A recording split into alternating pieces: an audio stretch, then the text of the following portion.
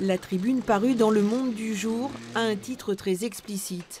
Non seulement Christian Estrosi y condamne la tenue du meeting du Front National et de ses alliés européens, mais il parle de fête du 1er mai défigurée.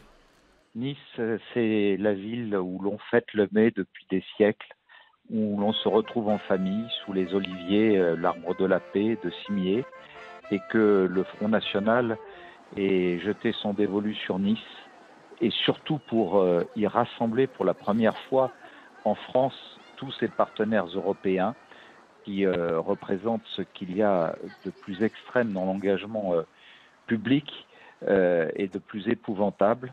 Eh bien, ce serait une défiguration de Nice. Pour sa part, le chef de file du FN dans le bassin niçois juge les propos du maire de Nice grotesques. Philippe Vardon parle même de textes, je cite, outranciers.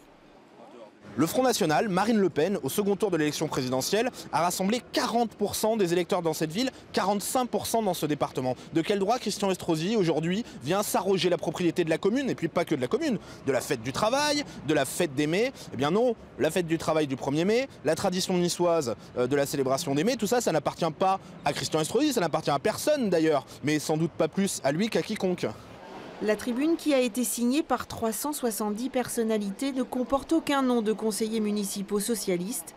Patrick Allemand explique que leur lutte contre le FN passe par des actes plus significatifs qu'un simple paraphe au bas d'un texte. On n'a pas besoin de signer une tribune pour dire et affirmer qu'on ne veut pas de cette manifestation à Nice, parce que nous sommes à la pointe de la lutte contre l'extrême droite depuis sa résurgence en 1983.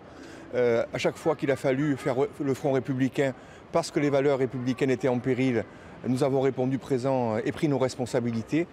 Entre défilés syndicales, fêtes traditionnelles et meetings frontistes, le 1er mai à Nice pourrait bien être exceptionnellement agité.